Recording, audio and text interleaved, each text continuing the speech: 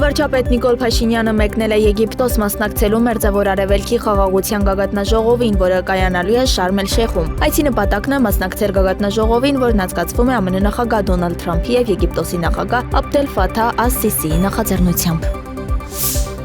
Հոկտեմբերի 14-ին աշխատանքային այցով Հայաստան կժամանի ԵԱԿ գործող նախագահ Ֆինլանդիայի արտաքին գործերի նախարար Էլինա Վալտոնենը։ ԱԳՆ-ում կկայանա արտաքին գործերի նախարար Արարատ Միրզոյանի հետ հանդիպումը, որին կհաջորդի համատեղ մամուլի ասուլիսը։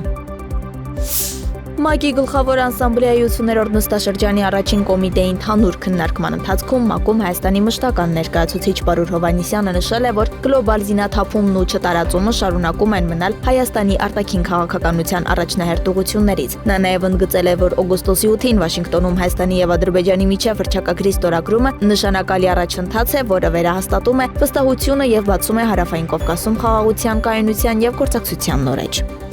Համաս խմբավորումը սկսել է պատանդների փոխանցումը Կարմիր խաչի ներկայացուցիչներին։ Իսրայելի պաշտպանության բանակը հաստատել է, որ Կարմիր խաչի միջոցով Իսրայելին են հանձնվել 7 պատանդ, որոնք ուղևորվել են Գազայի հատվածում իսրայելական զինվորականների վերահսկողության տարածք։ Ժամեր անց նախատեսվում է պատանդների փոխանցման երկրորդ փուլը։ Կողմերը պայմանավորվել են, որ փոխանակումն իրականացվելու է միջնորդների եւ Կարմիր խաչի միջազգային կոմիտեի միջոցով առանց հանրային արարողությունների կամ մեդիայի լուսաբանման։